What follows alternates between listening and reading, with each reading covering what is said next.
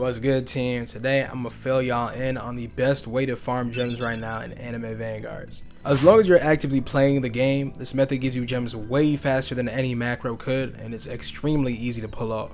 I don't want to make this video incredibly long, so let's just get straight into it. So what we'll be doing today is the Paragon mode. It's pretty much just Infinity Castle from Anime Adventures, but only for the last stage of every story mode. Now I may say that you'll only get 80 gems for completing them, but that you can just ignore. Right now, the rewards partially don't work correctly, so you'll get multiple times more gems than usual. I'm pretty sure the normal version starts off giving you 150 from the first stage, and Nightmare version started around 250.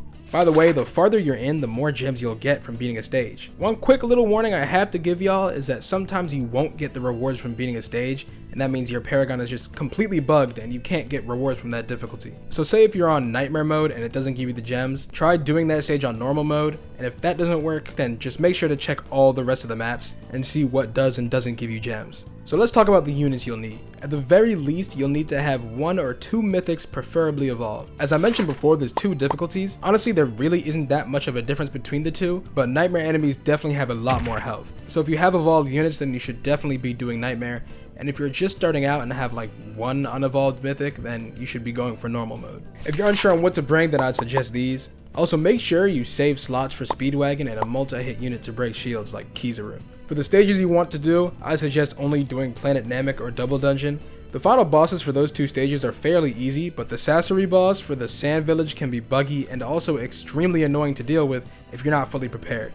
I'd avoid it unless you're pretty confident you can beat it, especially on Nightmare. Now, Paragon stages are like Nightmare story mode stages in which they give you debuffs to pick from, and these stack over time on each stage. You want to make it as easy as possible for you to beat later on, so here are the debuffs you should be prioritizing and in what order. You want to always pick Thrice whenever you can because it really doesn't work past the first one. And Regen is also really good because it really doesn't affect anything except the boss, since you're probably going to one-shot everything. The debuffs you almost always want to never pick are strong enemies and fast enemies. Stacking those 2 can make the game extremely hard really quickly. If you didn't get Regen or Thrice, then pick Shield.